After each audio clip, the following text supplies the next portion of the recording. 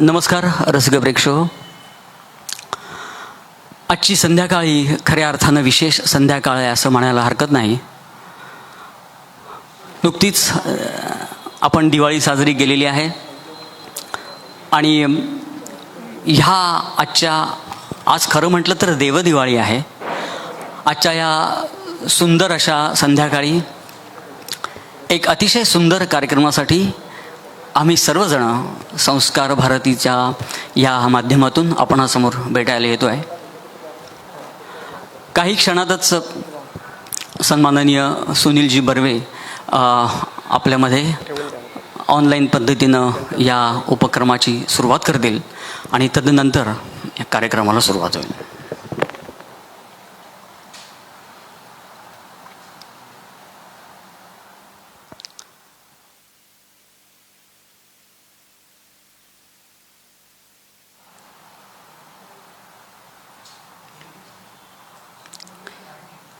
धन्यवाद.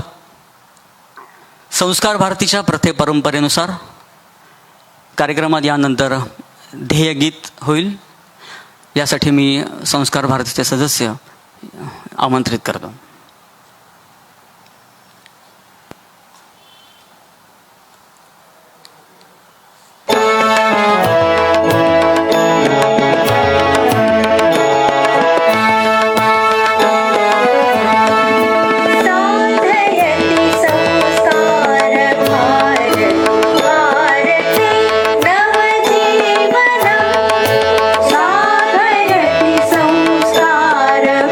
भारती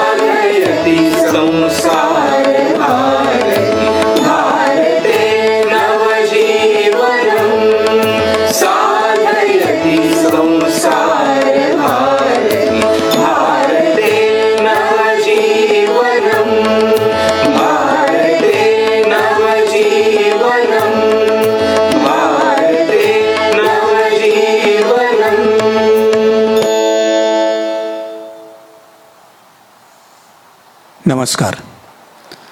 संस्कार भारती कोकण प्रांत यांनी एक उपक्रम हाती घेतलेला आहे. आपण कोविडमध्ये कलाक्षेत्र बंद होतं, कलाकारांचे सगळं कार्यक्रम बंद होते आणि काही कलाकार अडचणीतही होते. त्यामुळे कला सहयोग, कलाकार सहयोग असा विषय घेऊन आपण कार्यक्रम करतो आहोत आणि त्या कार्यक्रमातनं जे काही थोडंफार मिळेल ते आपण त्या कलाकारांना थोडीफार बिदागी देतो आहोत. आणि याच्या मागचा उद्देश एकच होता की कलाकार 8-9 महिने घरी बसल्यामुळे त्यांनी कलेची साधना केली नव्हती, त्यामुळे कलाकार अस्वस्थ होते. तर अशा कलाकारांना परत उभारी मिळावी, त्यांनी परत उभं राहून आपलं काम चालू करावं आणि समाजाला आनंदित ठेवण्याचं काम त्यांनी पुन्हा नव्याने सुरू करावं, यासाठी हा उपक्रम आहे. या उपक्रमातला हा दुसरा कार्यक्रम आहे कवी संमेलनाचा. या कार्यक्रमाला सुरुवात आपण करतोय. सर्व जे कवी आलेत त्यांचं मी हार्दिक स्वागत करतो कोकण प्रांततर्फे. आणि आजच्या कार्यक्रमाचं सूत्रसंचालन करणारे कवी महेश देशपांडे यांचा पुष्प देऊन सन्मान करावा असं मी प्रांताचे महामंत्री संजय गोडसे यांना विनंती करतो.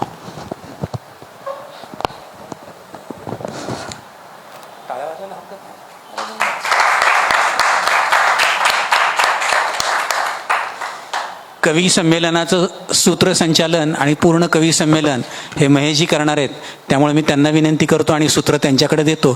बाकीच्या कलाकारांचा ते परिचय करून देतील आणि त्यांचा पुष्प देऊन सन्मान होईल. नमस्कार. नमस्कार. आणि पुनश्च एकदा संस्कार भारती डोंबिवली शाखेचे मी अनेक धन्यवाद मानीन की अतिशय सुंदर उपक्रम त्यांनी हा हाती घेतलेला आहे. नुकतीच आपण दिवाळी साजरी केली आणि दीपोत्सव ज्याला म्हणतात तसा दीपोत्सव साजरा केला.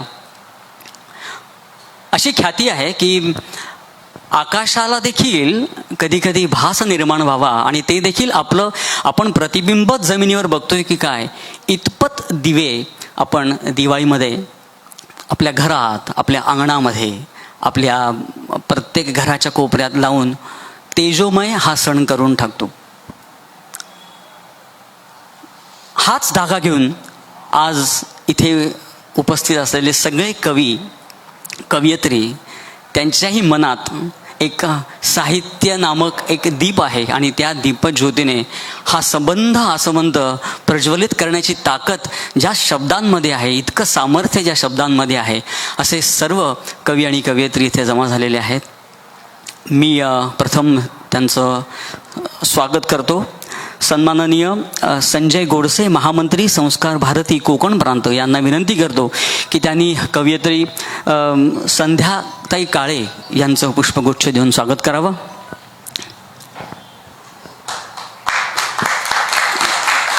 त्यानंतर नमिता जोशी यांचं देखील त्यांनी मनःपूर्वक स्वागत करावं. स्वातीताई भाटे यांचं देखील स्वागत करायचे मी त्यांना विनंती करतो.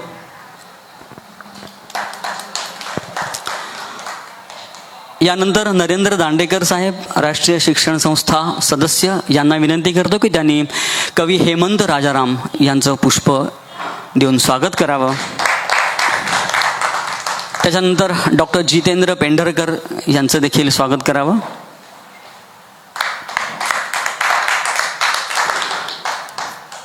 आनंद पेंढरकर यांचेही स्वागत करण्याची मी रवींद्र जोशी राष्ट्रीय शिक्षण संस्था सदस्य यांना विनंती करतो.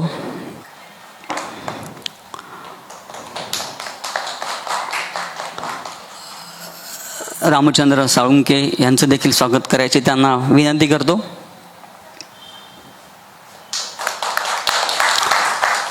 त्याचप्रमाणे मृणालताई केळकर इथे उपस्थित आहेत, त्यांचं देखील स्वागत करण्याची विनंती मी त्यांना करतो.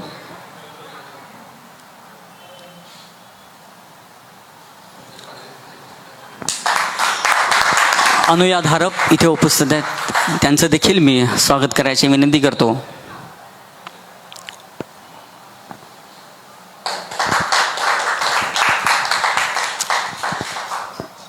आणि संस्कार भारतीचे डोंबिवली शाखेचे सर्व मानद सदस्य, कार्यकारिणी मंडळातले सर्व सन्माननीय सदस्यगण आणि आपण सर्व रसिक प्रेक्षक यांची मी अनुमती घेतो आणि ह्या आजच्या अतिशय सुरम्य संध्याकाळी त्यांचं मनापासून स्वागत करतो आणि त्यांच्या परवानगीनं आजच्या या कवी संमेलनाला सुरुवात करतो. कार्यक्रमाच्या सुरुवातीला आपण 2 दिवसापूर्वी 26/11 मुंबईवर झालेल्या अतिरेकी हल्ल्यामध्ये कर्तव्यावर असलेल्या ज्या पोलीस कर्मचारी अधिकाऱ्यांनी आपले प्राण वेचले अशा सर्व अधिकारी आणि कर्मचाऱ्यांसाठी शहीद दिवस आपण पाळला. केवळ तेच कारण असं आहे असं नाही. देशाच्या प्रत्येक भागातल्या सीमेवरती जे जवान, जे सैनिक अहोरात्र डोळ्यात तेल घालून देशाचं रक्षण करत असतात, अशा सर्व ज्ञात आणि अज्ञात सैनिकांना आपण आदरांजली वाहतो. त्यांचं स्मरण एकदा करूया. कारण आपण जगत असलेला क्षण कण अन कण ह्याच्यावर त्यांचा देखील तितकाच हक्क आहे जितका आपला आहे, अशी आपण सर्वांचीच धारणा आहे. तर आपण कार्यक्रमाच्या सुरुवातीला त्यांचं स्मरण करूया आणि कार्यक्रमाला सुरुवात करूया.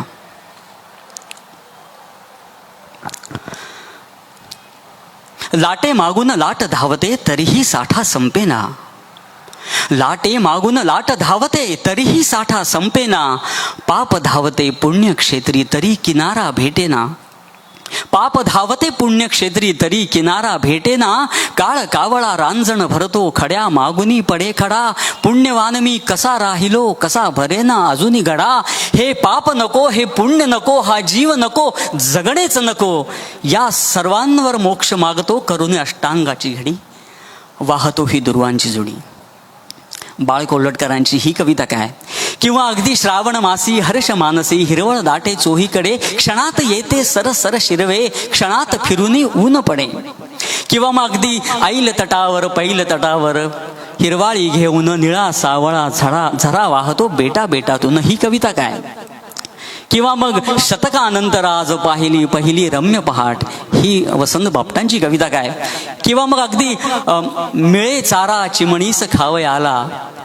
मला वाटतं जे ज्येष्ठ नागरिक हा कार्यक्रम बघत असतील नक्कीच त्यांच्या पाठ्यपुस्तकामध्ये ही कविता त्यांना गेली असेल. उंटाची तक्रार नावाची ही कविता होती. त्यावेळेस त्यांना पाठ्यपुस्तकात अभ्यासाला ही कविता होती. इतकी सुंदर कविता आहे म्हणजे ती लयीत जेव्हा आपण गातो तेव्हा ती आणखीनच सुंदर वाजते. काय आहे. मिळे चारा चिमणीस खावयाला गोड पेरू मिळतात पोपटाला. बघा लयीमध्ये गुणगुणलं की ती चाल चटकन मनात भरून जाते आणि कविता अशीच पाठ होते. ही कविता काय. किंवा अगदी होतो घास गिळीत आणि उचकी जेव्हा मला लागली. प्यालो पाणी पुन्हा पुन्हा न परीही थोडी न मंदावली. ही उचकी कविता काय.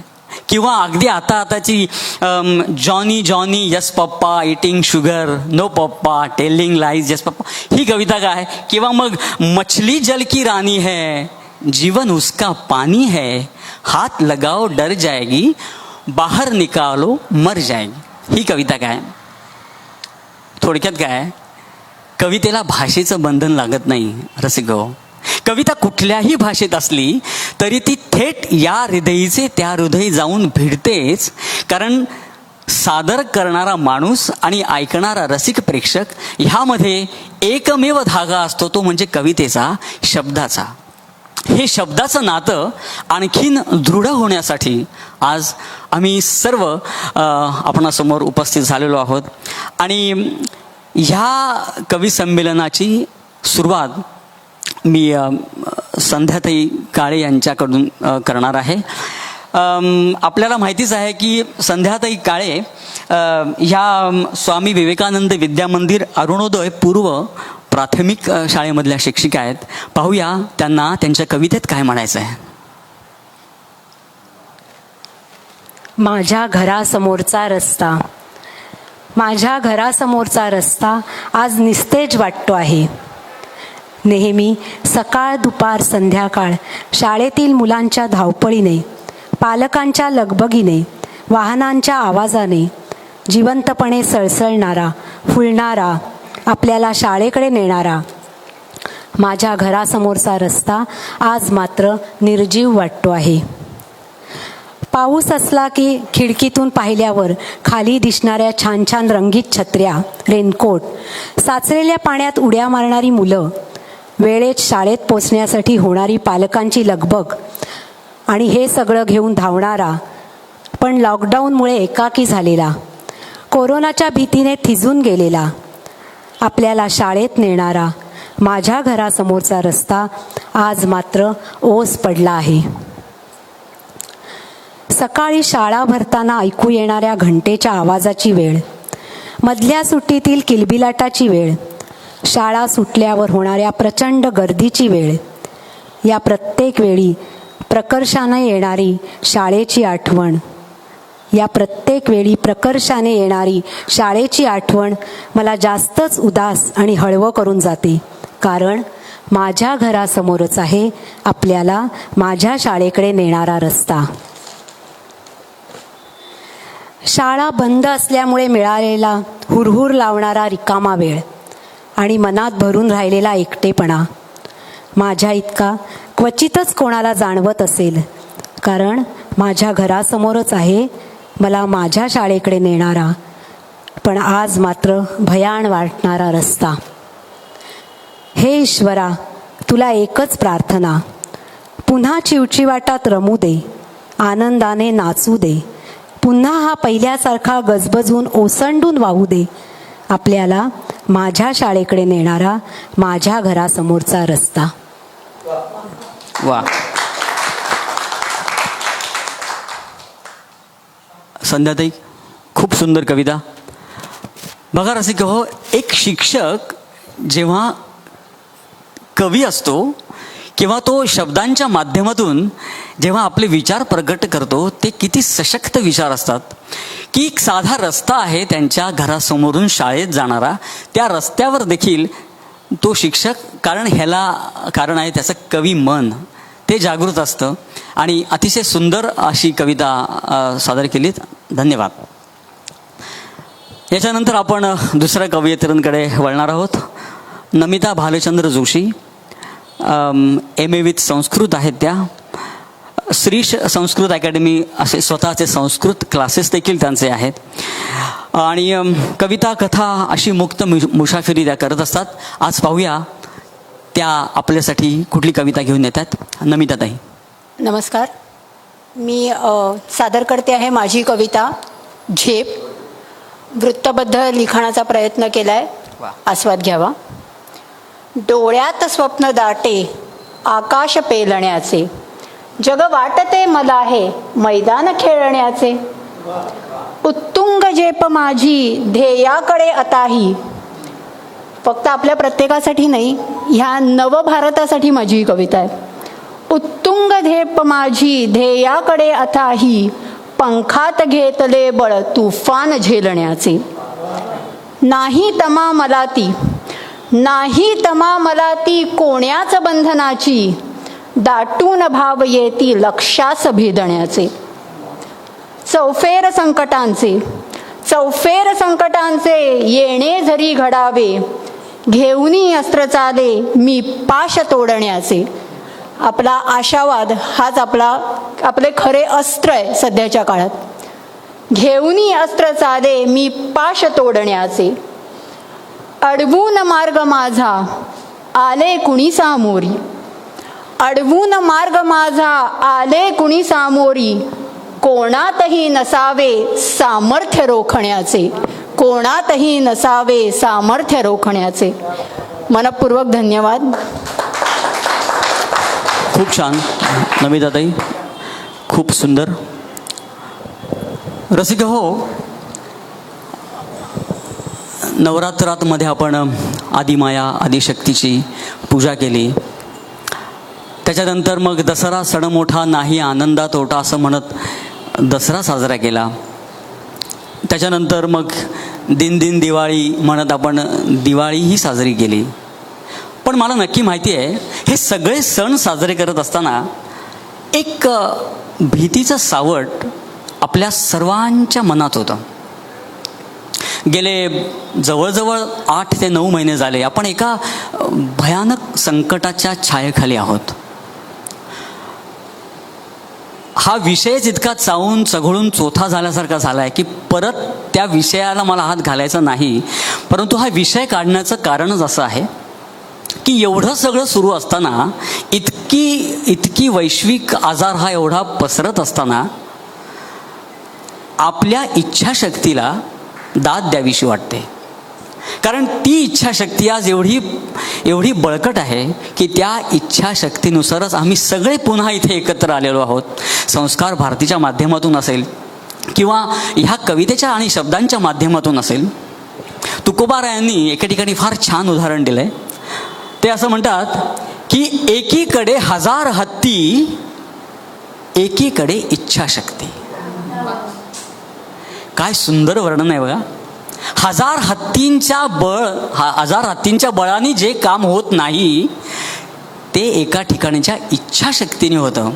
आणि म्हणूनच मी म्हटलं की तुमची सर्वांची इच्छाशक्ती या संस्कार भारतीच्या माध्यमातून, मग त्याचं कारण हे नामवृद्धीकरण असेल किंवा नाव हे जे बदलाचं कारण असेल, ह्या कारणाच्या माध्यमातून ह्या इच्छाशक्तीच्या जोरावर आम्ही सगळे पुन्हा तोच आनंद अनुभवतोय जो आज आम्हाला जवळजवळ आम्ही सगळे रसिको आज एक 8 ते 9 महिन्यांनी एकत्र भेटलो आहोत. आणि तुमची आणि आमची भेटही अशाच बऱ्याच महिन्यांनी झालेली आहे. तर ह्या अशा सगळ्या सिच्युएशनमध्ये इच्छाशक्ती ही प्रचंड आहे, प्रबळ आहे. अशीच इच्छाशक्ती वाढू दे अशी मी परमेश्वराकडे प्रार्थना करतो. आणि पुढच्या कवयित्री स्वाती भाटे यांच्याकडे वळतो. तत्पूर्वी त्यांचा थोडासा परिचय तुम्हाला करून देणं हे मी माझं कर्तव्य समजतो. मुंबई नगर दिवाणी सत्र न्यायालयात वकील संघाच्या ग्रंथपाल आणि कार्यालयीन कर्मचारी म्हणून त्या काम करतात. मराठी ग्रंथसूची कालखंड 1950 ते 2000 या मुंबई विद्यापीठ आणि राज्य मराठी विकास संस्थेच्या प्रकल्पामध्ये संपादक श्री शरद साठे यांच्या मार्गदर्शनाखाली माहिती आणि संकलक म्हणून त्यांनी काम केलेलं आहे. 90व्या अखिल भारतीय मराठी साहित्य संमेलनाच्या कविकट्ट्यामधल्या दोन्ही सत्रात जवळजवळ सगळ्याच सत्रामध्ये त्यांनी सूत्रसंचालन केलं होतं, कविता देखील सादर केली होती. ठाणे येथे संपन्न झालेल्या 85 तासांच्या पोएट्री मॅरेथॉन मध्ये सहभागी होत्या त्या. 1000 कवितांमध्ये त्यांच्याही कवितांचा समावेश होता आणि त्याची नोंद लिम्का बुक ऑफ वर्ल्ड रेकॉर्डमध्ये झालेली आहे. मी अशा कवयित्रींना इथे आमंत्रित करतो. स्वाती भाटे. नमस्कार. कवितेचं शीर्षक आहे प्रकाश झोतातून निसटलेले.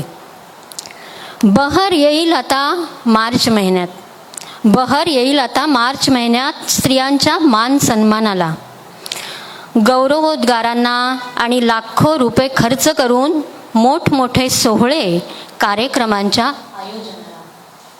तरीही राहून जातील काही कौतुक, शाबासक्या, प्रशंसा, पदक. प्रकाश झोतातून निसटलेले. मळवाट सोडून चालणाऱ्या, प्रवाहाविरुद्ध पोहून किनारा गाठणाऱ्या, क्षेत्रातील वादळवाटा पार करून यशाची शिखरं पार करणाऱ्या साऱ्या महिलांसाठी चंदेरी पडद्यावरही सोहळे होतात महिला दिनाच्या मथळ्याखाली. तरीही राहून जातात काही पदक, कौतुक, शाबासक्या, प्रशंसा. प्रकाश झोतातून निसटलेले.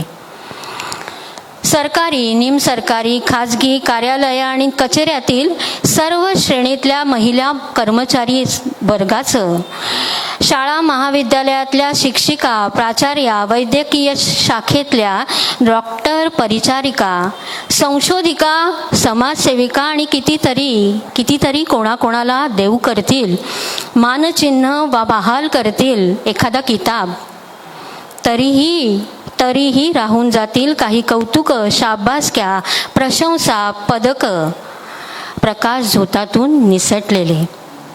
असतील तरी कोणत्या, असतील तरी कोणत्या खेड्या शहरातल्या घरात कुटुंबातल्या सगळ्यांना हवं नको पाहणाऱ्या, इच्छांना मुरड घालून मागणीच्या रांगेत सर्वात शेवटच्या राहणाऱ्या गृहिणी, माता, भगिनी, वहिनी आदी सर्व लोकलच्या द्वितीय श्रेणीतून, किचाट गर्दीतून, उपनगरातून मुंबईसारख्या शहरात पोरा लेकराच्या, म्हाताऱ्यांच्या सगळ्यांच्या सोयी लावून रोज जीवाची बाजी लावत जाणाऱ्या सामान्य नोकरदार महिला आणि अजूनही अंकलिपीचं दर्शनही न घेतलेल्या, रानात यंत्रविरहित शेतात सत्कोरभर भाकरीसाठी राबत वणवणत फिरणाऱ्या आदिवासी पाड्यावरच्या बाया, त्या असतील शेळ्या मेंढ्या चरायला नेणाऱ्या धनगराच्या घरच्या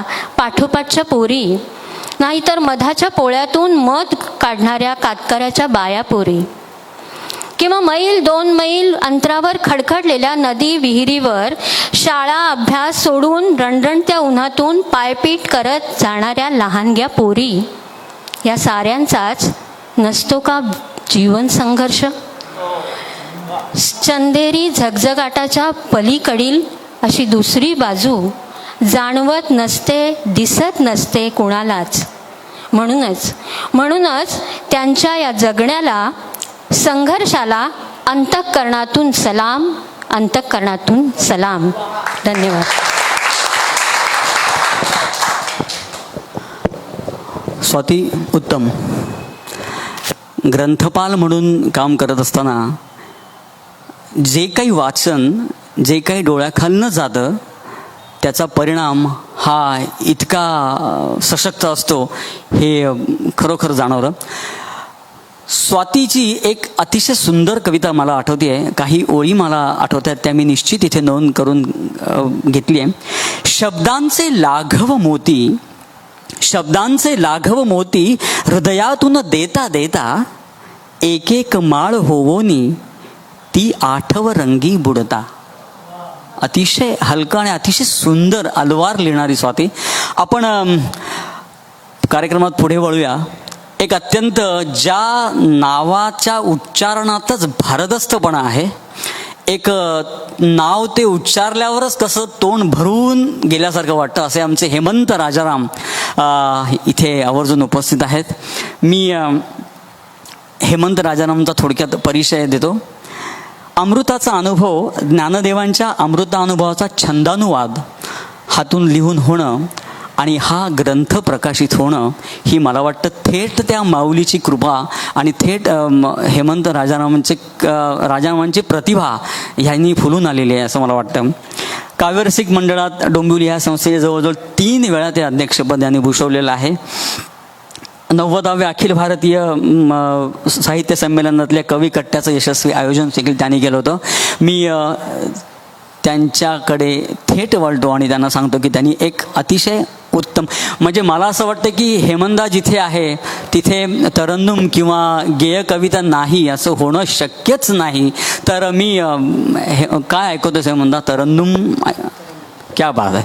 मी विनंती करतो हेमंदाला की त्यांनी त्याची कविता ऐकवावी. नमस्कार. एक गझल तुम्हाला ऐकवतो. त्याच्या आधी एक मतला आणि 2 शेर बघा, तुम्हाला आवडतील. रक्त न येता तिला कधीही करता येतो वार कुठे. रक्त न येता तिला कधीही करता येतो वार कुठे. हातामधल्या तलवारीला शब्दांइतकी धार कुठे. रक्त न येता तिला कधीही करता येतो वार कुठे. हातामधल्या तलवारीला शब्दांइतकी धार कुठे. आणि पुढचा शेर बघा की वेगळा एकदम, की झुळूक होऊन येता येता विस्कटतो इवले घरटे. झुळूक होऊन येता येता विस्कटतो इवले घरटे. म्हणून बहुधा मिळत नसावे वाऱ्याला घरदार कुठे. झुळूक होऊन येता येता विस्कटतो इवले घरटे. म्हणून बहुधा मिळत नसावे वाऱ्याला घरदार कुठे. आणि यातला एक शेवटचा, की जे माझ्या बहुतेक सगळ्या कवींचं किंवा कलाकारांचं पण हे असतं की पोट प्रतिष्ठा पैसा लावी नको नको ते बोलाया. पोट प्रतिष्ठा पैसा लावी नको नको ते बोलाया. खोटा वाटे कधी कधी जो तो माझा उद्गार कुठे. आणि रक्त न येता तिला कधीही करता येतो वार कुठे. हातामधल्या तलवारीला शब्दांइतकी धार कुठे. आता ही गझल तरन्नुममध्ये जीवाचा मोगरा होतो. नव्या प्रत्येक दिवसाचा सुगंधी चेहरा होतो. नव्या प्रत्येक दिवसाचा सुगंधी चेहरा होतो. सखीच्या बोलण्यानेही जीवाचा मोगरा होतो. नव्या प्रत्येक दिवसाचा सुगंधी चेहरा होतो. शेर बदललो भेटल्यानंतर असावे हे खरे नक्की. बदललो भेटल्यानंतर असावे हे खरे नक्की. म्हणाले लोक आधी मी खरा होतो बरा होतो. बदललो भेटल्यानंतर असावे हे खरे नक्की. म्हणाले लोक आधी मी खरा होतो बरा होतो. नव्या प्रत्येक दिवसाचा. पुढचा शेर. कितीला पाहून एखादे सुचावे गीत प्रीतीचे. तिला पाहून एखादे सुचावे गीत प्रीतीचे. म्हणावे धुंद वाऱ्याने नवा मी अंतरा होतो.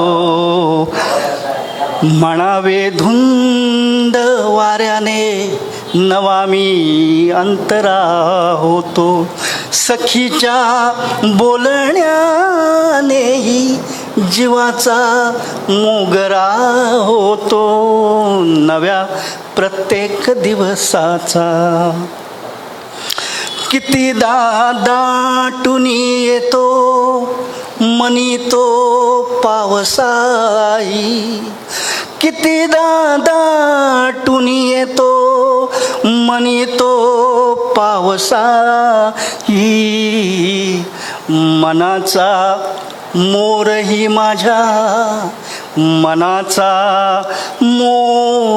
माझ्या कितीदा नाचरा होतो. कितीदा दाटून येतो मनी तो पावसाई. मनाचा मोरही माझ्या कितीदा नाचरा होतो. नव्या प्रत्येक दिवसाचा. आणि शेवटचा शेर. तसा पाऊसही येतो मनी आषाढ आठवतो. तसा पाऊसही येतो मनी आषाढ आठवतो.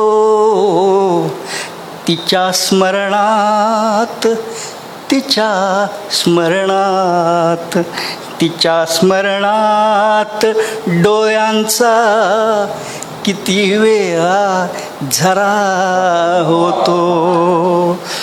तसा पाऊसही येतो मनी आषाढ आठवतो. तिच्या स्मरणात डोळ्यांचा किती वेळा झरा होतो नव्या प्रत्येक दिवसाचा सुगंधी चेहरा होतो सखीच्या बोलण्यानेही जीवाचा मोगरा होतो नव्या प्रत्येक दिवसाचा. सुंदर, अतिशय सुंदर, क्या बात आहे. खरं सांगू का की कान बंद करून घ्यावेत, खळखळत्या पाण्यात पाय सोडलेले असावेत, कुंद असं वातावरण असावं आणि खिशात असावा तिने काल माळलेला मोगऱ्याचा गजरा.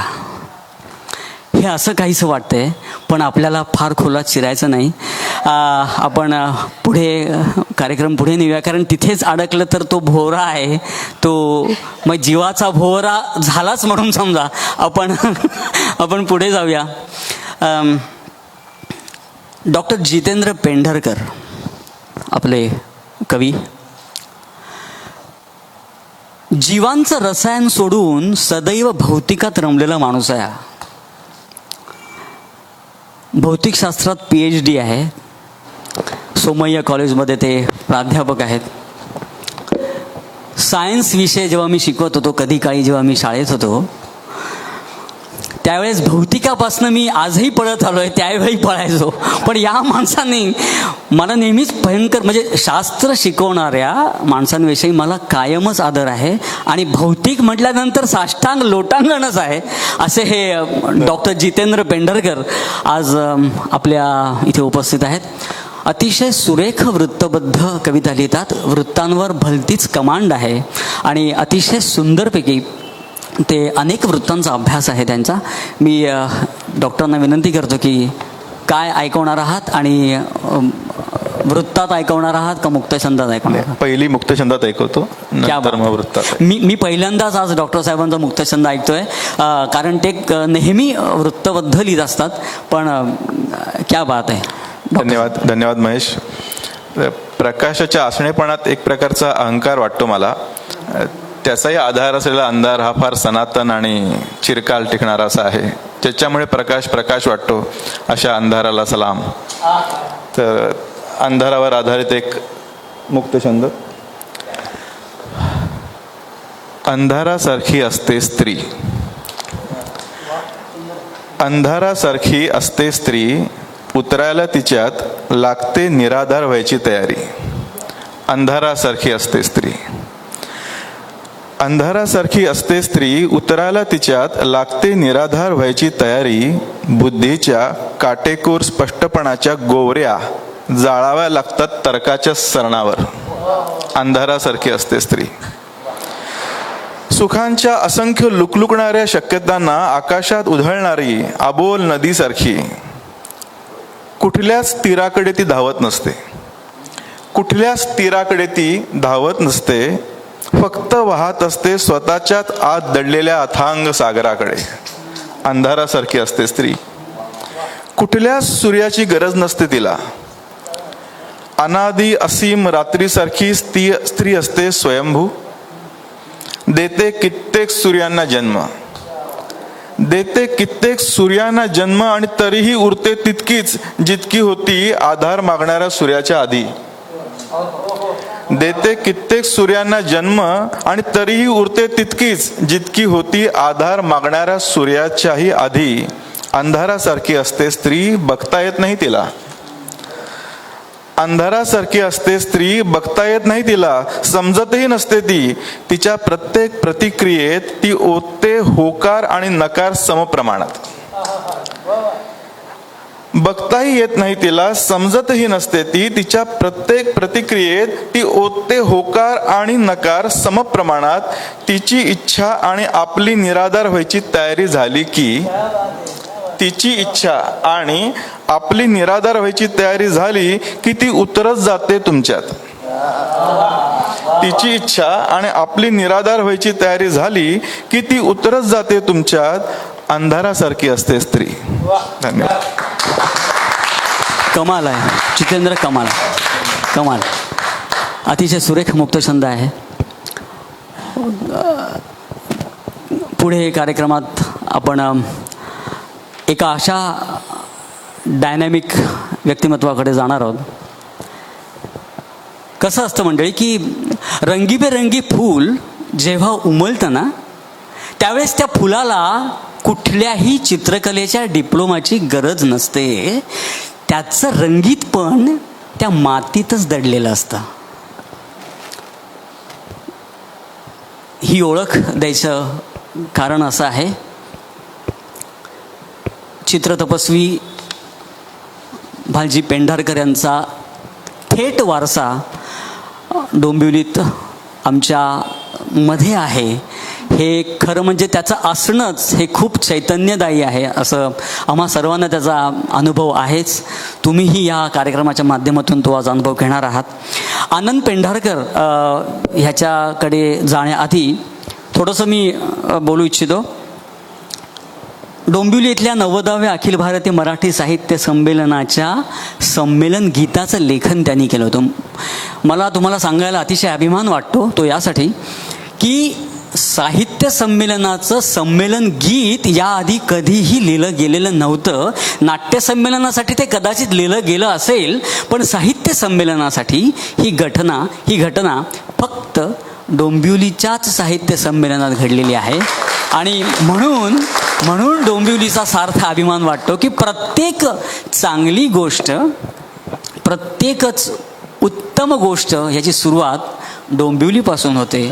आपण शोभायात्रेचं आपल्याला जगभरात ज्याचं कौतुक झालं आणि नंतर त्याचं अनुकरण केलं गेलं, तर ते अनुकरण हे पहिल्यांदा तिची सुरुवातीची जननी ही डोंबिवली आहे. म्हणून मला कशीही असली तरी मला डोंबिवलीचा सार्थ अभिमान आहे. आम्हाला सर्वांनाच इथे असलेल्यांना डोंबिवलीचा सार्थ अभिमान आहे. मी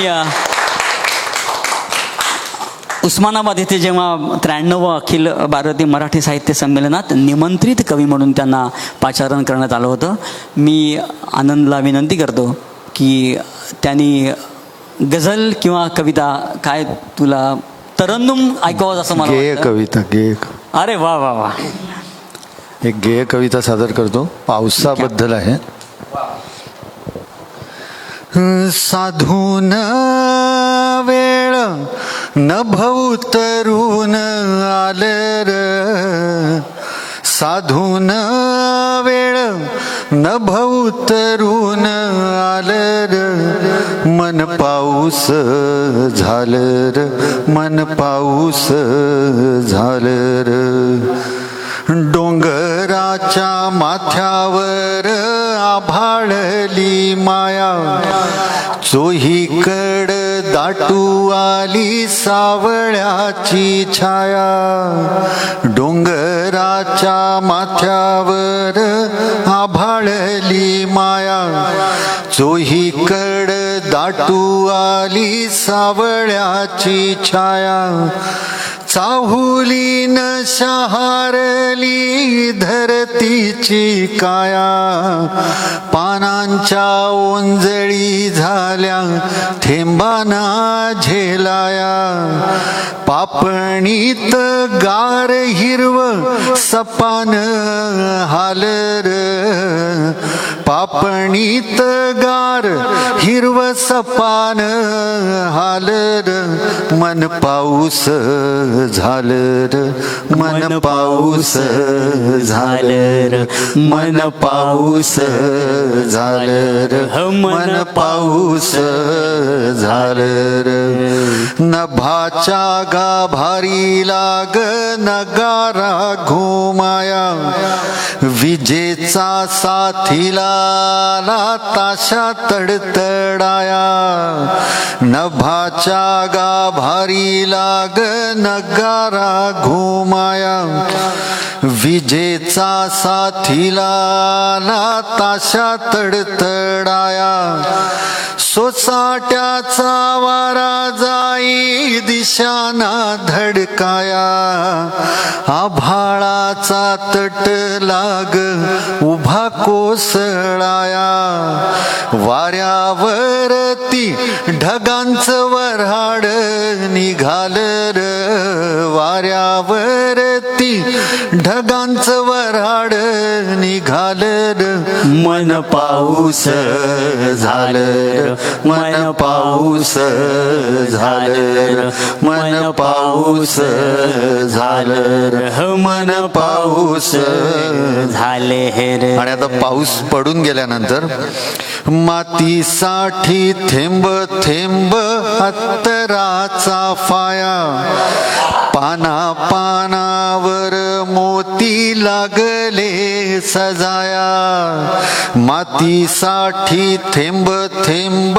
अत्तराचा फाया, पाना पानावर मोती लागले सजाया, गवताच पात पात लाग थरथराया, तालात सरींच्या वेड मन लाग गाया, रूप भवतालाच हे नव्हाळीत न्हालर, रूप भवतालाच हे नव्हाळीत न्हालर, मन पाऊस झालर, मन पाऊस झालर, मन पाऊस झाले रे, मन पाऊस झालर, साधून वेळ नभउतरून आलर, मन पाऊस झालर, मन पाऊस झालर, मन पाऊस झाले रे, मन पाऊस झालर. क्या बात.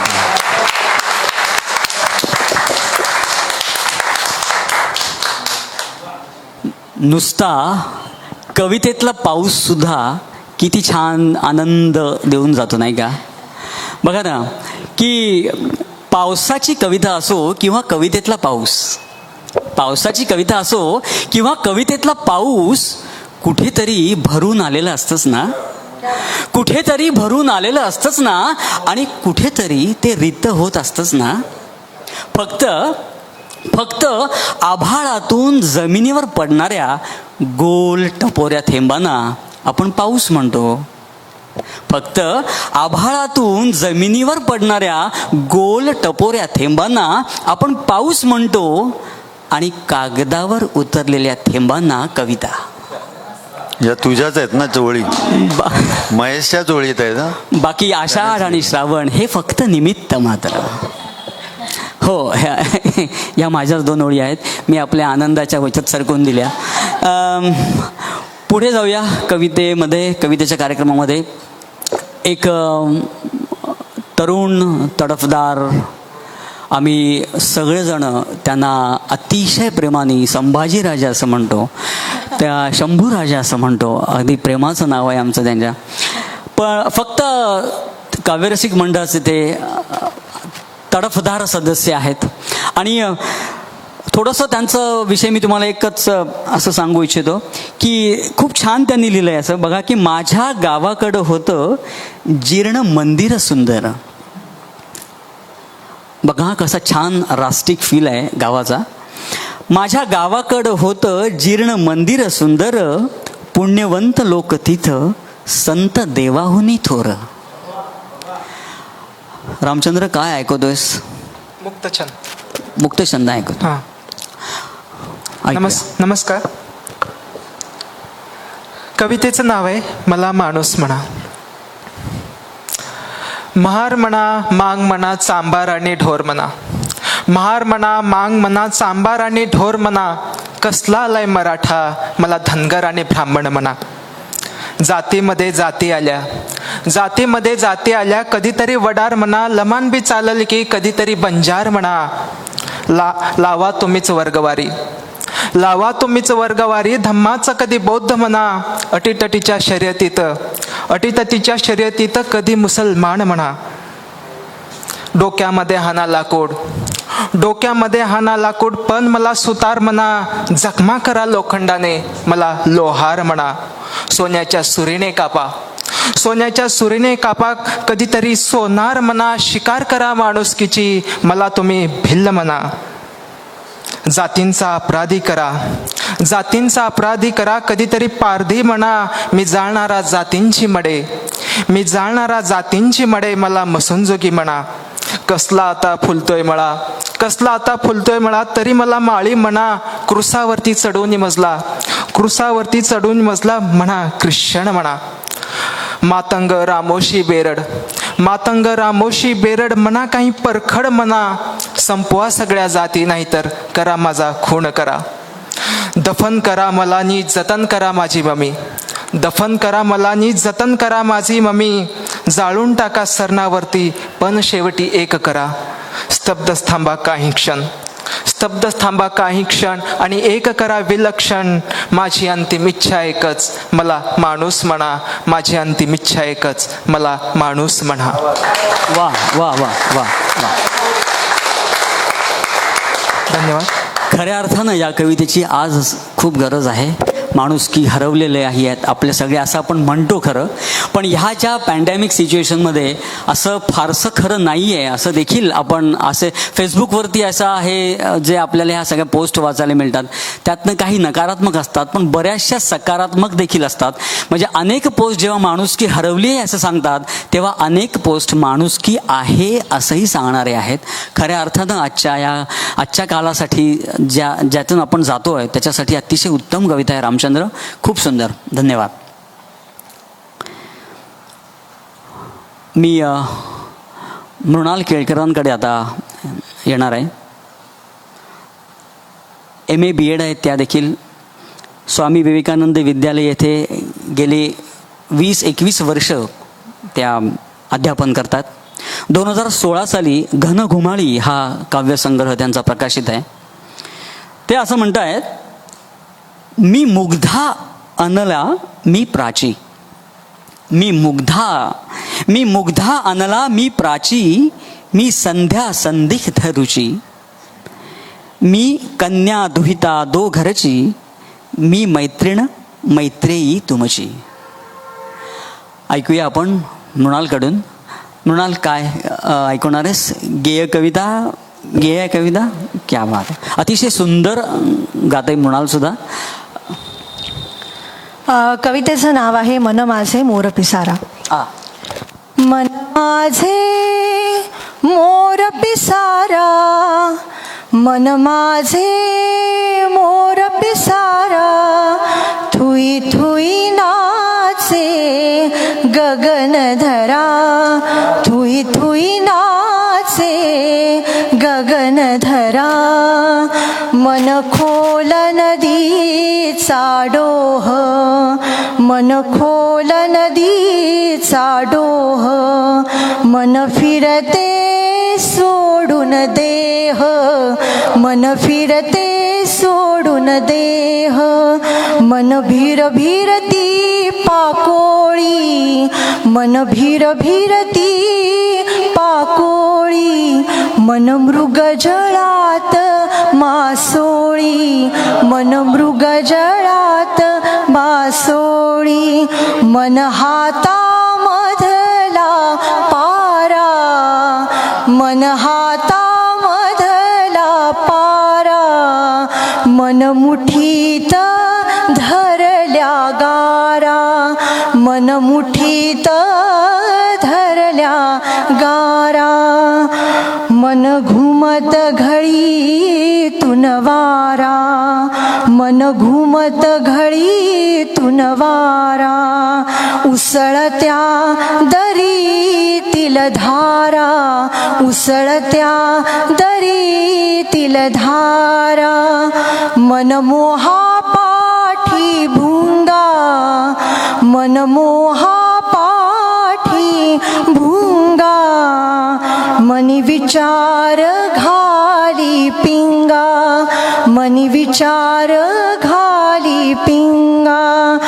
मन रमते सोडून पाश, मन रमते सोडून पाश, छंदांचे विणुनी कोश, छंदांचे विणुनी कोश, मन लहरी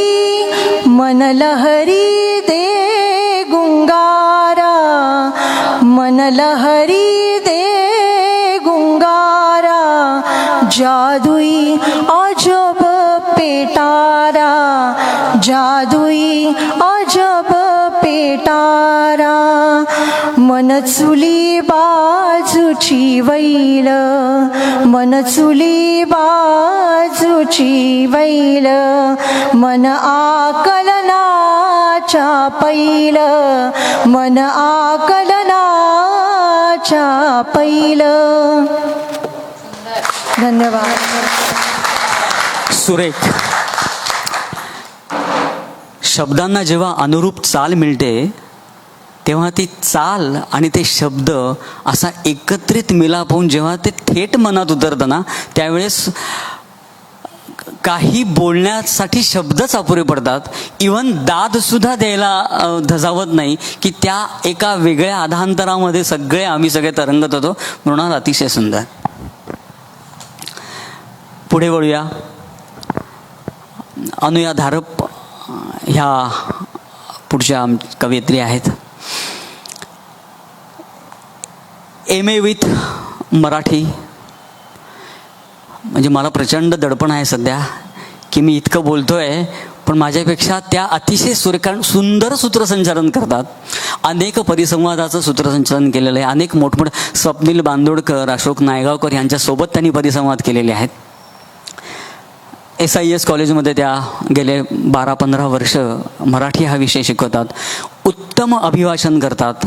नाट्यकलेचा अतिशय सुरेख अंग आहे आणि अनेक राज्यनाट्य स्पर्धेमधील त्यांना बक्षीस मिळवलेली आहेत. अभिनयाची बक्षीस मिळवलेली आहेत. अतिशय छान त्यांनी काही लिहून ठेवले, ते तुम्हाला फक्त ऐकवतो आणि मग तिच्याकडे वळूया. मला फरकच पडत नाही गुलाब आहे, मोगरा आहे, चंदन आहे की खस. मला फरकच पडत नाही गुलाब आहे, मोगरा आहे, चंदन आहे की खस. तुझ्या अस्तित्वाची नाळ सुगंधाशी जोडली आहे, माझ्यासाठी इतकंच बस. तुझ्या अस्तित्वाची नाळ सुगंधाशी जोडली गेली आहे, माझ्यासाठी इतकंच बस. आता मी बस. अनुया. नमस्कार. धन्यवाद महेश. एक छोटीशी कविता वाचते, पर्याय नावाची. ना राधेसारखं मुक्त उधळून टाकणं जमत, ना राधेसारखं मुक्त उधळून टाकणं जमत, ना मीरेसारखा संयम ठेवणं. ना राधेसारखं मुक्त उधळून टाकणं जमत, ना मीरेसारखा संयम ठेवणं.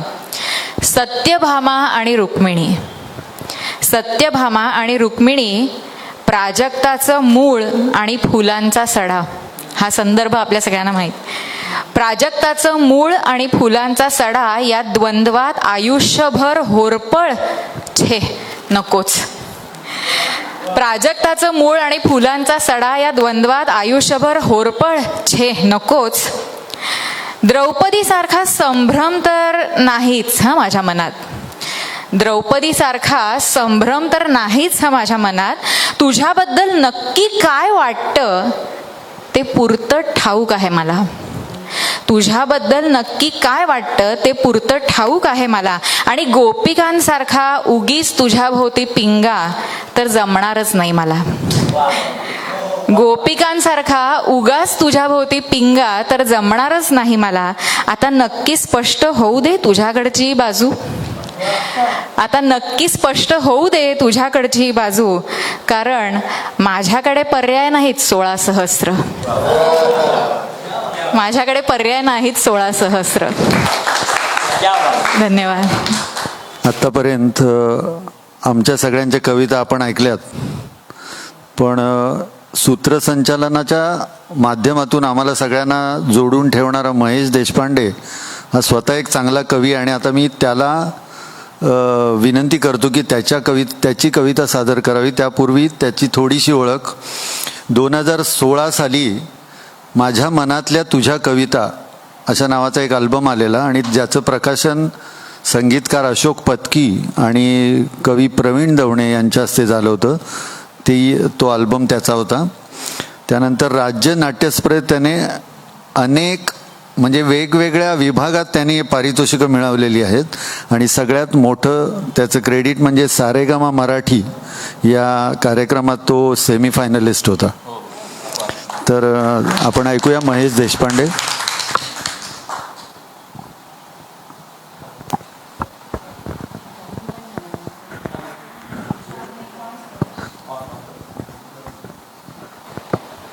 हॅलो.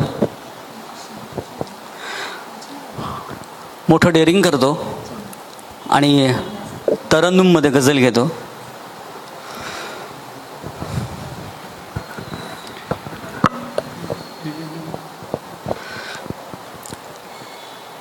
तुला पाहता मी बदामी वगैरे, तुला पाहता मी बदामी वगैरे, कशाला बहाणे, कशाला बहाणे, गुलाबी वगैरे, तुला पाहता मी बदामी वगैरे, सराईत झाला इशारा बिशारा, सराईत झाला इशारा बिशारा, फुकाचे खुलासे जबानी वगैरे, तुला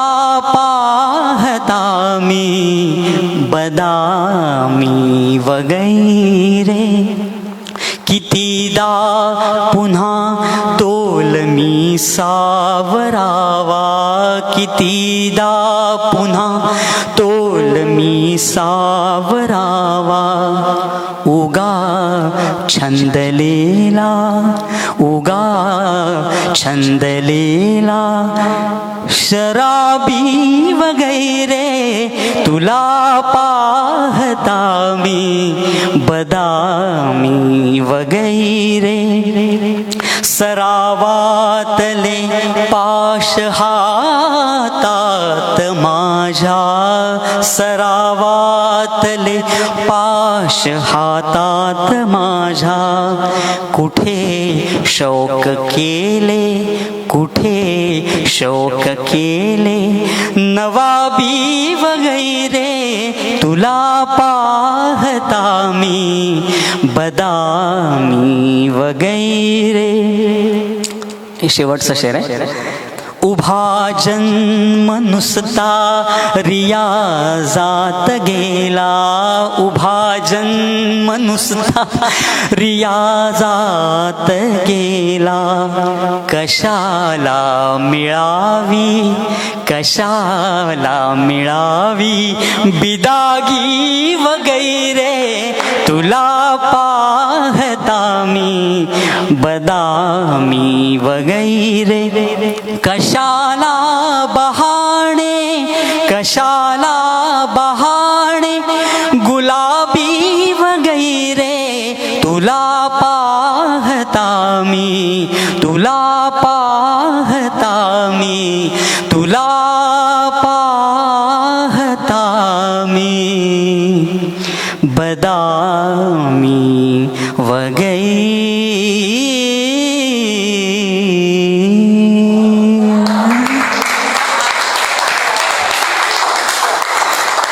धन्यवाद धन्यवाद धन्यवाद. कार्यक्रमाची पहिली फेरी इथे संपलेली आहे. आपण दुसऱ्या फेरीला सुरुवात करूया. ही दुसरी फेरी ही रॅपिड फायर फेरी असेल. जसे आपण आलो 1 2 3 4 तसेच आपण रिव्हर्ट जाऊया. ही दुसरी फेरी असेल. निवेदन फारसं असणार नाही मध्ये. आपण थेट कवीनी इथून तिथे माईक शिफ्ट करायचं आहे आणि दुसरी फेरी घ्यायची आहे. आपला वेळ वेळ वाचावा आणि जास्तीत जास्त आपल्याला कविता ऐकायला मिळाव्यात किंवा गझल ऐकायला मिळाव्यात, हाच याचा मागचा उद्देश आहे. मी अनुयापासून नाही, मी शेवटी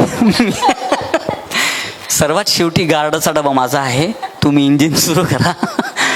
अनुयाला विनंती करतो की तिने ही फेरी पहिल्या सुरू करावी. दुसऱ्या फेरीचं पहिलं पुष्प. नमस्कार. अजून एक मुक्तछंदातलीच कविता सादर करते. प्रश्न विचारलेले आहेत ह्या कवितेमध्ये बऱ्यापैकी. अर्धोन्मिलित नेत्रांनी स्मितहास्य करत काय पाहतोयस रे बुद्धा? अर्धोन्मिलित नेत्रांनी स्मितहास्य करत काय पाहतोयस रे बुद्धा? तेच का जे कटीवर हात ठेवून 28 युगे तो विठ्ठल पाहत आलाय? तेच का जे कटीवर हात ठेवून 28 युगे तो विठ्ठल पाहत आलाय? अजिंठ्याची लेणी काय किंवा पंढरपूरची वीट? अजिंठ्याची लेणी काय किंवा पंढरपूरची वीट तुमचा देह आखडला नाही का रे? अनादी अनंत कालापासून अखंड कोलाहल, अनादी अनंत कालापासून अखंड कोलाहल तुमचा मेंदू शिंडला नाही का रे? बुद्धा, जगातली दुःख शोधण्याच्या नादात यशोधरेला तू सोडून गेलास. जगातली दुःख शोधण्याच्या नादात यशोधरेला तू सोडून गेलास आणि विठ्ठला, भक्तांची दुःख निवारण्याच्या नादात रुक्मिणी तुझ्यावर रुसली रे कायमची. तुम्हाला त्यांची आठवण नाही आली का रे? तुम्हाला त्यांची आठवण नाही आली का रे? आणि इतकं सगळं करून खरं सांगा काय मिळवलंत? इतकं सगळं करून खरं सांगा काय मिळवलंत? बुद्धा, तुझी अहिंसेची रोपं तरारलीच नाहीत. बुद्धा, तुझी अहिंसेची रोपं तरारलीच नाहीत आणि विठ्ठला, तुझ्या भक्तांचं भोळेपण वाहून गेलं की चंद्रभागेत. तुझ्या भक्तांचं भोळेपण वाहून गेलं चंद्रभागेत. तरीही जेव्हा आम्ही आमच्या चिमटी एवढ्या दुःखाची ओंजळ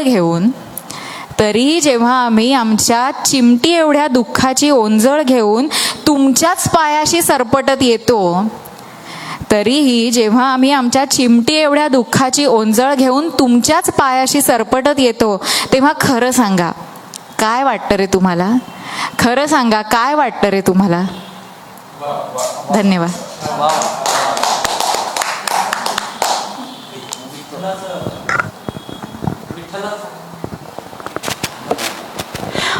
विठ्ठलाचं दर्शन हे असंही होऊ शकतं.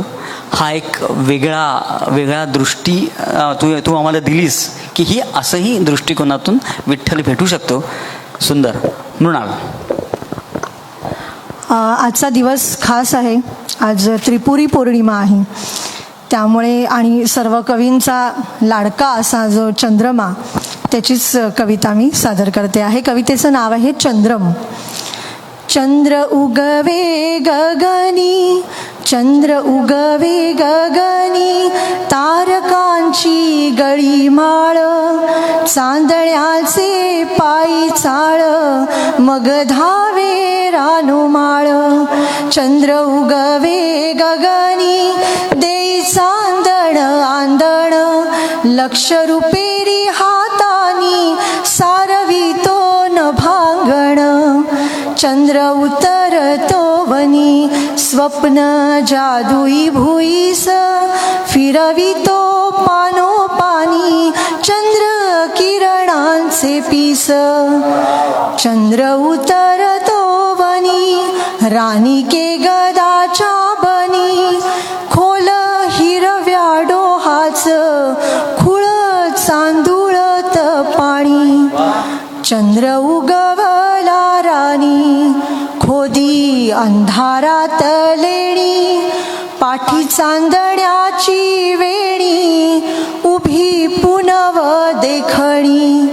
चंद्र उगवला राणी, करी शीतळ पेरणी अंगणात घरावर पानजाळीची रेखणी चंद्र उतरे अंगणी येई रांगत दार घरात चंद्र उतरे अंगणी येई रांगत घरात परसात उंबऱ्यात निजे हळू पाळण्यात चंद्रलपे एक दिनी चंद्रलपे एक दिनी देई अंधारास डोळे जाई जुई मोगऱ्यात पुन्हा हसूनिया खेळे चंद्र उतरतो राणी शुभ्र चांदण पिसारा नाचुनिया रातभर नाचुनिया रातभर जाई पहाटे माघारा जाई पहाटे माघारा चंद्र उगवतो वनी. अतिशय सुरेख. सहज आता चंद्राचा उल्लेख निघालाच आहे म्हणून सहज मी तुम्हाला जाता जाता एक किस्सा सांगतो. 64-65 साली गदी माडगुळकर आणि बाबूजी जेव्हा अनेक सुंदर गाणी लिहित होते गदिमा आणि त्यांना बाबूजींनी संगीत देऊन अजरामर केलं होतं. त्यावेळेस काय झालं की पूर्वी त्या LP असत म्हणजे HMVच्या काढलेल्या मोठ्या डिस्क असत काळ्या आणि त्याची एक पहिली बाजू आणि दुसरी बाजू अशा 2 त्याला बाजू असत. पहिल्या बाजूसाठी गदी माडगुळकरांकडून बाबूजींनी गाणं लिहून घेतलं होतं. ते होतं धुंद येथ मी स्वैर झोकितो मद्याचे प्याले. ते गाणं लिहून घेतलं, ते गाणं कंपोज केलं गेलं आणि त्यानंतर माहीत नाही की बाबूजी आणि अण्णा म्हणजे गदी माडगुळकर त्यांच्यामध्ये अतिशय कडाक्याचं भांडण झालं. ते इतकं भांडण झालं की याच्यानंतर तुझ्यासाठी गाणी लिहिणार नाही असं त्यांनी सांगितलं आणि बाबूजी म्हणले हरकत नाही, मी तुमची गाणी याच्या पुढे मी स्वरबद्धच करणार नाही. इथपर्यंत भांडण झालं कारण दोघेही पराकोटीचे तडकू असे होते. दोघांनीही एकमेकांपासून एकमेकांकडे पाठ फिरवली.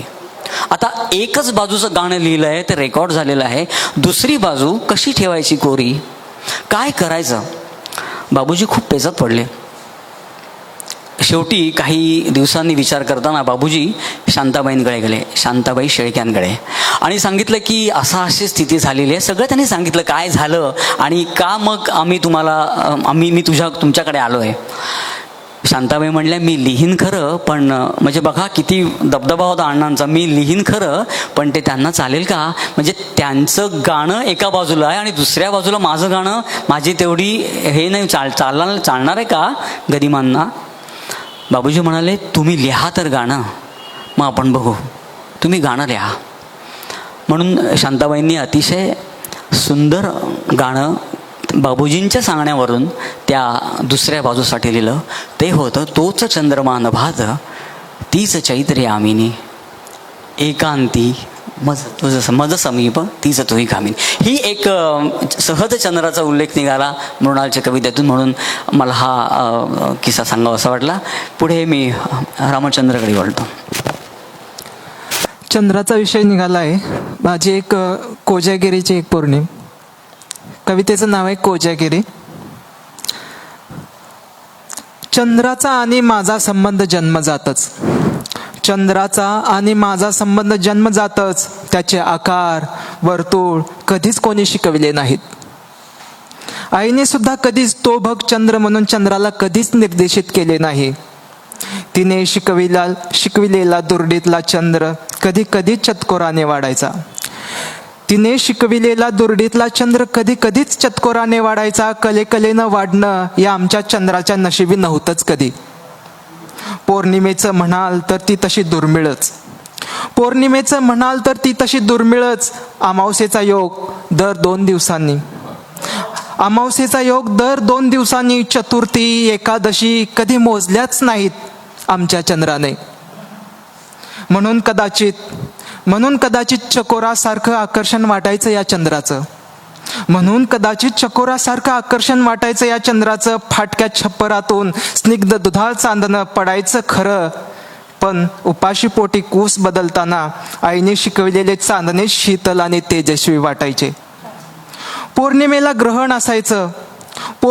ग्रहण असायचं वेदही लागायचे. राहू केतूची गरिबी गिळंकृत करायची जगण्यालाच. हा भाकरीचा चंद्र भाग पाडायचा रडायला. आभाळाचं स्वप्न घेऊन आई एकट्याने लढायची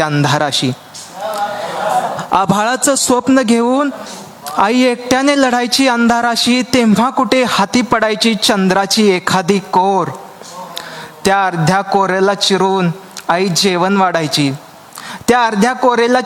जेवण वाढायची. स्वतः मात्र संकष्टी एकादशीच सांगायची. पाण्यात विरघळलेला चंद्र घशाखाली उतरायचा नाही. अशा परिस्थितीत आसव पिऊन चंद्र पचवायचो. कोजागिरीचा चंद्र पूर्णत्वाला नेताना दमछाक व्हायची आईची.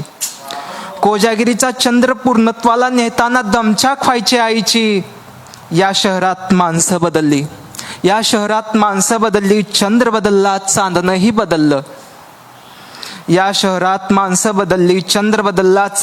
बदललं. पण आईने अंधारात प्रकाशमान केलेली भाकरीची कोजागिरी आजही कायम तशीच आहे.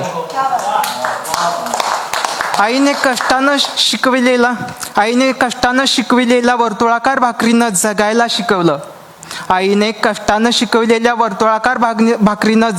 शिकवलं. लढायला शिकवलं. कलेनं वाढायला शिकवलं. माझ्यासाठी हा चंद्र आणि अंधारात प्रकाशमान झालेली कोजागिरी सुद्धा.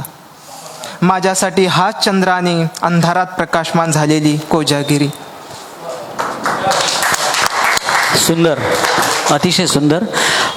कवितेवर व्यक्त होण्यासाठी शब्द नाहीत माझ्याकडे. आपण आपापल्या परीनं त्या कवितेवर व्यक्त होऊया. मी आनंदकडे वळतो. खूप दिवसांपूर्वी एक गझल लिहिली होती. गझल अशी होती की स्वप्नात जे उजागर सारे तुझेच आहे. श्वासात श्वास जोवर सारे तुझेच आहे. आणि हे पीस फूल गजरा कविता गजल रुबाया.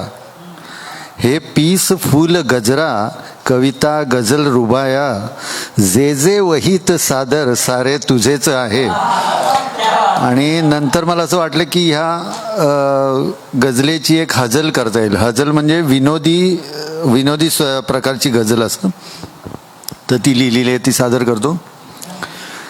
वाटेल ते जमा कर सारे तुझेच आहे. घेऊन जा हवे तर सारे तुझेच आहे. आणि तू सांगशील तेथे जाऊ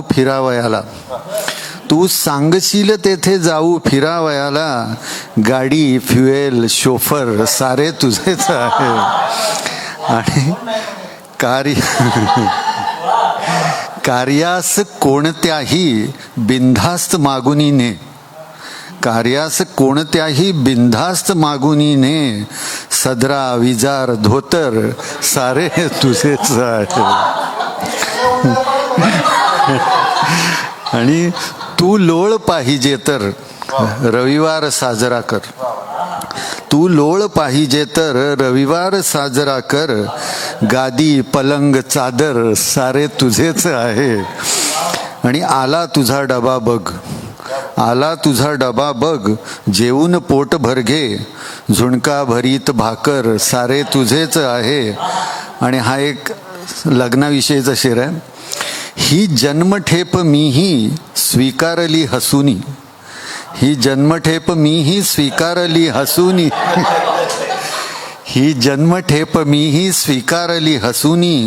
50, 60, 70 सारे तुझेच आहे. आणि हल्ली काय होतं, फेसबुकवरून कवितांच्या गझलांच्या चोऱ्या खूप होतात आणि स्वतःची नावं टाकून लोक फॉरवर्ड वगैरे करतात. तर त्याच्याबद्दलचा एक शेवटचा शेर आहे की नावे तुझ्या करून घे तू गझल कोणतीही.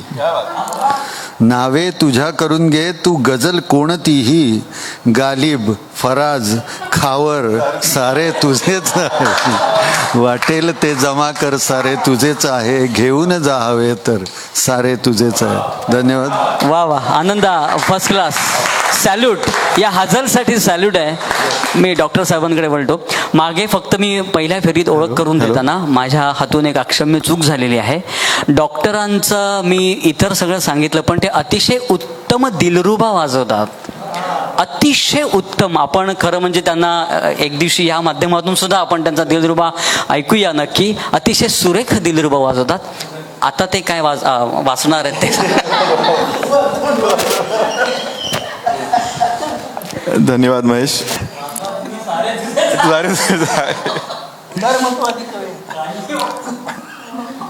एक गजल घेतो. इतके अलगद विरायचे तर विरून जावे इतके अलगद, विरायचे तर विरून जावे, विरायचे तर विरून जावे इतके अलगद, तरंगासही कळून द्यावे इतके अलगद. कुणासही कळलेले नाही जाणे माझे, कुणासही कळलेले नाही जाणे माझे, पान एकटे जसे गळावे इतके अलगद, विरायचे तर विरून जावे इतके अलगद. संध्याकाळी मिठीत आपण हरवत गेलो, संध्याकाळी मिठीत आपण हरवत गेलो, अश्रूंनी अश्रुत भिजावे इतके अलगद, विरायचे तर विरून जावे इतके अलगद. केस तुझ्या गालांवरती बघ रुळू लागले, केस तुझ्या गालांवरती बघ रुळू लागले, अळवावरणी दव घसरावे इतके अलगद, विरायचे तर विरून जावे इतके अलगद. होय म्हणाली बहुधा, होय म्हणाली बहुधा अन मग अबोल झाली, होय म्हणाली बहुधा अन मग अबोल झाली, लाजाळूने जसे मिटावे इतके अलगद, विरायचे तर विरून जावे इतके अलगद. हात ओढते, हात ओढते बोटांनी मग लिहिते त्यावर, हात ओढते बोटांनी मग लिहिते त्यावर, मजनूने लैलास स्मरावे इतके अलगद, विरायचे तर विरून जावे इतके अलगद, तरंगासही कळून द्यावे इतके अलगद. धन्यवाद. शब्द नसावे द्या दाद द्यायला इतके अलगद, माग तुला तू काय हवे ते इतके अलगद. क्या बात. हेमंदा, खरं तर मी कविता दुसरी म्हणणार होतो, नको पहिलीच पण मृणाल आणि आपले सूत्रसंचालक आणि शंभूराजी यांनी आठवण करून दिली चंद्र आणि देखणी पण. तर मी माझा चंद्र तुम्हाला ऐकवतो. बघा, कवितेचं शीर्षक आहे देखणी.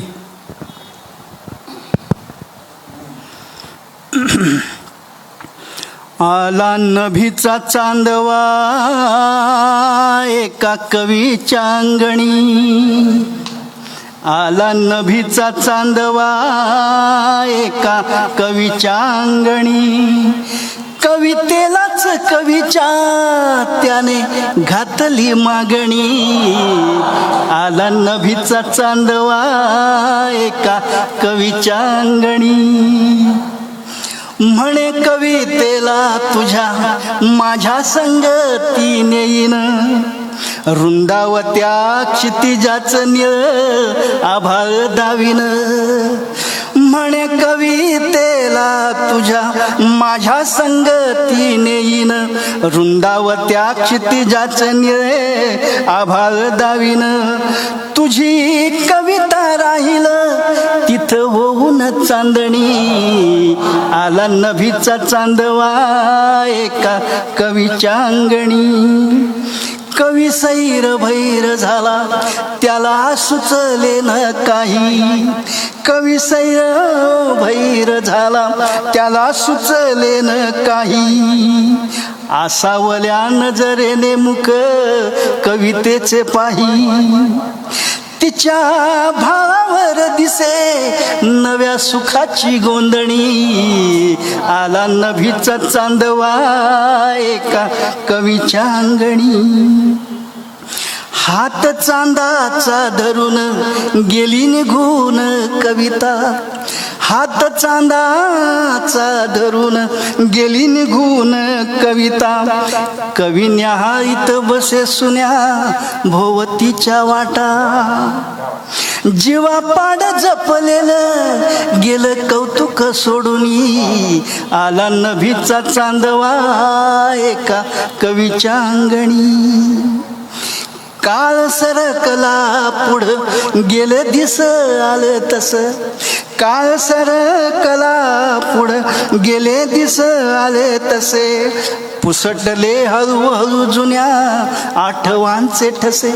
कवीच शेवटी काळ सरकला पुढे गेले दिस आले तसे, पुसटले हळूहळू जुन्या आठवांचे ठसे, नव्या बहराशी कवी करू लागला बोलणी, आला नभीचा चांदवा एका कवीच्या अंगणी, नव्या रंग सोहळ्याची नवी चढताना भूल, नव्या रंग सोहळ्याची नवी चढताना भूल, गंध भारल्या वेळेला आली कोणाची चाहूल, पुन्हा खुणावू लागली, पुन्हा खुणावू लागली नवी कविता देखणी, आला नभीचा चांदवा एका कवीच्या अंगणी, कवितेलाच कवीच्या त्याने घातली मागणी, आला नभीचा चांदवा एका कवीच्या अंगणी. हेमंदा, अतिशय सुंदर. स्वातीकडे जाण्यापूर्वी मला थोडीशी रसिकांशी मला असं बोलायचं आहे की संस्कार भारतीचं फेसबुक पेज आता कला भारतीयम या नावाने, नवीन नावाने आपण ते पाहू शकणार आहात. आणि हा जो उपक्रम आहे कलाकार सहयोग, हा अतिशय उत्तम असा पथदर्शी उपक्रम आहे असं मला वाटतं. कारण ह्या वैश्विक आजारामध्ये, जसं फडणवीस साहेबांनी आधी निवेदनात सांगितलं की ह्या आजारामध्ये अनेक उद्योग किंवा जे रोजीरोटी ज्याला आपण म्हणत होतो ते कलाकारांचं देखील बंद आहे, व्यावसायिकांचे तर हाल आहेतच, आपण बघतोच आहोत. पण हे जे कलाकार आहेत, जे खऱ्या अर्थानं पोटावर त्यांची कला आहे किंवा हात नाही चालले तर त्यांच्या घरी एखाद वेळेस अर्ध्या भाकरीची देखील वानवं आहे, अशा पद्धतीचं आज परिस्थिती आहे. पूर्ण जगातच ही परिस्थिती आहे. आपण सगळेच एका विचित्र अशा संक्रमणातून जात आहोत. निश्चितपणं मला माझी अशी इच्छा आहे आणि आपल्या सगळ्यांचीच तशी इच्छा आहे की हे मळभ आहे हे नक्कीच दूर होईल आणि आपण पुन्हा त्या सूर्यप्रकाशाकडे जाणार आहोत. ह्या उपक्रमापासून हा एक पथदर्शी उपक्रम ठरावा की हा एक सहयोग कलाकारांनी मिळावा. आणि ह्यासाठी संस्कार भारतीचे मी पुन्हा एकदा मनापासून कौतुकही आहे, आभार असं म्हणणार नाही, कारण आभार हा खूप कोरडा शब्द होतो, कारण आम्ही देखील आज कलाकारच आहोत आणि आमच्यासारखेच इतर अजून अनेक कलाकार आहेत की ज्यांना खरोखर मदतीची आवश्यकता आहे. ह्या कार्यक्रमाच्या माध्यमातून किंवा इतर अनेक माध्यमातून, संस्कार भारतीच्या माध्यमातून देखील आपण त्यांना मदत करूच शकणार आहोत. त्याबद्दल आपल्याला सुरुवातीला सांगण्यात आलेलंच आहे. पुढे जाऊया स्वातीकडे.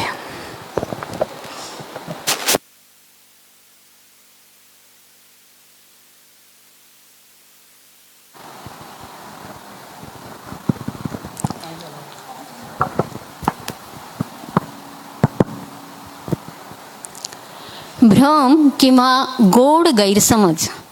कवितेचं शीर्षक आहे भ्रमात. माझ्या होते तेच तुझ्याही मनात होते, असेच समजून इतकी वर्षे भ्रमात होते. माझ्या होते तेच तुझ्याही मनात होते, असेच समजून इतकी वर्षे भ्रमात होते. गीतामध्ये तुझ्या यायची प्रेयसी जिथे, गीतामध्ये तुझ्या यायची प्रेयसी जिथे, कारण नसता मी लाजेच्या भरात होते. नाकावरचा चष्मा ढकलून, नाकावरचा चष्मा ढकलून तुला निरखले, कळले डोळे तुझे भलतीला निरखत होते. नाकावरचा चष्मा ढकलून तुला निरखले, कळले डोळे तुझे भलतीला पाहत होते. बोललास तू जाता जाता, बोललास तू जाता जाता मलाही सुंदर, बोललास तू जाता जाता मलाही सुंदर, प्रसाधनांचे दुकान घेऊन खिशात होते. वजन घटवूया, वजन घटवूया खूप वाटले नट्या पाहुनी, वजन घटवूया खूप वाटले नट्या पाहुनी, जंक फूडचे प्रेम मला विस्तारत होते, जंक फूडचे प्रेम मला विस्तारत होते. आणि गुगल सर्च आणि यूट्यूब सारे ज्ञान हाताशी, गुगल सर्च आणि यूट्यूब सारे ज्ञान हाताशी, माणूस कळणे तरीही कोठे हातात होते, माणूस कळणे तरीही कोठे हातात होते. धन्यवाद. दुसऱ्या फेरीत माझी कविता होईल, त्याच्यानंतर आभार प्रदर्शन होईल आणि संविधान दिवसाची एक उत्तम कविता नमिताताईंनी लिहून आणली ती घेऊ आणि त्याच्यानंतर कार्यक्रम संपेल. संयोजकांच्या विनंतीवरून एक विनोदी कविता घ्यायची होती, पण खूप माझ्या ह्याच्यामध्ये त्यांना आम्हाला मेसेज पास ऑन करण्यासाठी थोडासा वेळ लागला म्हणा, किंवा एनिवेज ते नेटवर्क म्हणजे लिंक नव्हती असे काही झालं की आम्हाला ती करता आली नाही. जी माझ्या दृष्टीने मला विनोदी वाटते आहे ती कविता मी आता घेतो आहे. ती कविता मी घेतो आहे ती गोड माना. कविता विनोदी आहे, दर 2 ओळीनंतर हसायचं आहे.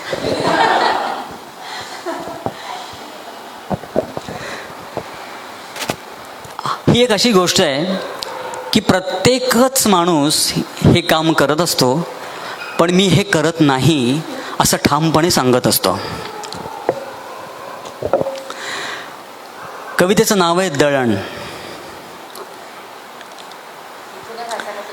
नाही, 2 ओळी झाल्यानंतर हसायचं. चाकोरी बाहेर जगावे जेव्हा जेव्हा वाटले, चाकोरी बाहेर जगावे जेव्हा जेव्हा वाटले. ही वेदना आहे म्हणजे जरी विनोदी असली तरी. चाकोरी बाहेर जगावे जेव्हा जेव्हा वाटले, तेव्हा तेव्हा घरवालीने दळण आणाया धाडले. म्हणजे ही वेदना जरी असली तरी तिला सुरांचं लेणं लागलं, कशी सुसह्य होते बघा. चाकोरी बाहेर जगावे जेव्हा जेव्हा वाटले, तेव्हा तेव्हा घरवालीने दळण आणाया धाडले. चाकोरी बाहेर जगावे. चंद्र आणला कितीक वेळा जमिनीवरही, चंद्र आणला कितीक वेळा जमिनीवरही, चष्मा काळा घेऊन गेलो सूर्यालाही. झाडावरच्या पक्ष्यांसोबत गावे जेव्हा वाटले, ओ झाडांवरच्या पक्ष्यासोबत गावे जेव्हा वाटले, तेव्हा तेव्हा घरवालीने दळण आणाया धाडले. केस पाहिले डोक्यावरचे उलटे फिरवणं. हा माझ्या कॉलेजच्या वेळेस लिहिलेली कविता आहे. तेव्हा केस खूप होते डोक्यावरती, काळे भोर होते तेव्हाची कविता. केस पाहिले डोक्यावरचे उलटे फिरवून, रुमाल बांधून लाल गळ्याला आलो हिंडून, करून पाऊट सखीस जेव्हा सेल्फीत घ्यावे वाटले, करून पाऊट सखीस जेव्हा सेल्फीत घ्यावे वाटले, तेव्हा तेव्हा घरवालीने दळण आणाया धाडले. फारच काम करतो वा. शिकार वाघाची करावी बसून वाटले सिंहावर. काय ॲटिट्यूड आहे. शिकार वाघाची करावी बसून वाटले सिंहावर, जबड्यात घालून हात एकदा फिरून यावे मगरीवर, जबड्यात घालून हात एकदा फिरून यावे मगरीवर. एकच गिरकी पाहून खिडकी घ्यावी मारून वाटले, एकच गिरकी पाहून खिडकी मारून घ्यावे वाटले, तेव्हा तेव्हा घरवालीने दळण आणाया धाडले. सोपे सोपे म्हणता म्हणता सोपे थोडे अवघडले. सोपे सोपे म्हणता म्हणता सोपे थोडे अवघडले. संसाराचे थोडे थोडे कोडे जेव्हा उलगडले. संसाराचे थोडे थोडे कोडे जेव्हा उलगडले. पुन्हा नव्याने घरवालीच्या प्रेमात पडावे वाटले. पुन्हा नव्याने घरवालीच्या प्रेमात पडावे वाटले. तेव्हा घरवालीने दळण आणाया धाडले. चाकोरी बाहेर जगावे जेव्हा जेव्हा वाटले. तुम्हाला सांगतो तेव्हा घरवालीने दळण आणाया धाडले. तेव्हा घरवालीने दळण आणाया धाडले. धन्यवाद.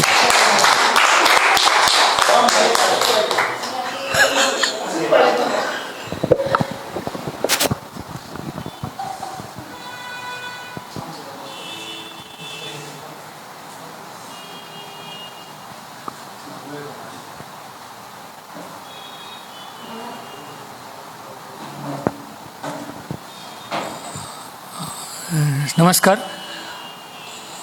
सगळ्या एवढ्या छान कविता सुरू असताना ज्यांच्या माध्यमातून आपल्यापर्यंत या कविता पोचल्या त्यांचे आभार व्यक्त करण्याकरता इथे उभा आहे. कारण शेवटची कविता झाल्यानंतर आभार व्यक्त करणं योग्य नाही. जे आपल्यासमोर जे कविवर्ग आहे सगळा, त्यांचे मनापासून आभार की त्यांनी आमच्या विनंतीला मान देऊन हा इथे कार्यक्रम सादर केला. या कार्यक्रमाला जी साऊंड सर्व्हिस आपल्याला लाभली आहे गोरे यांची, त्याच्याकरता गोरे आणि त्यांच्या टीमचे आभार. हा कार्यक्रम कॅमेऱ्यात शूट करून ज्यांनी आपल्यापर्यंत आणला त्या इंदुलकर साहेबांचे आणि त्यांच्या टीमचे आभार. बाकी हा कार्यक्रम आपण आत्ता डोंबिवलीतल्या ज्या राष्ट्रीय शिक्षण संस्थेच्या इमारतीत घेतोय त्या राष्ट्रीय शिक्षण संस्थेचे आणि त्यांच्या सगळ्या सदस्यांचे आभार. आता आपण शेवटच्या कवितेकडे बोलू. धन्यवाद.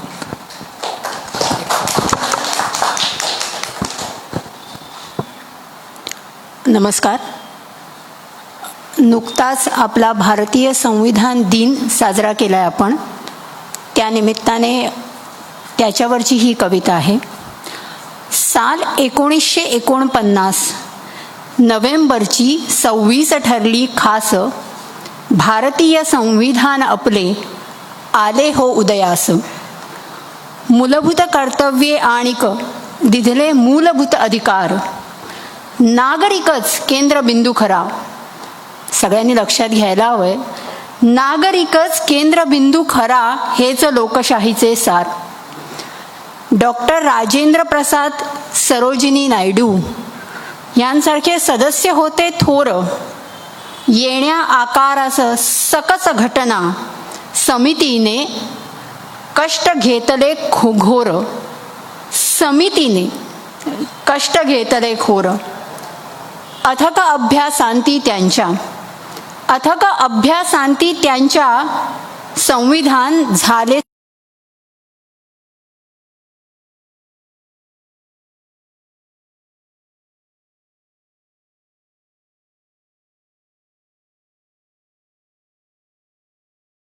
आ सेतू हिमाचल अखिल बांधला हिंदुस्तान.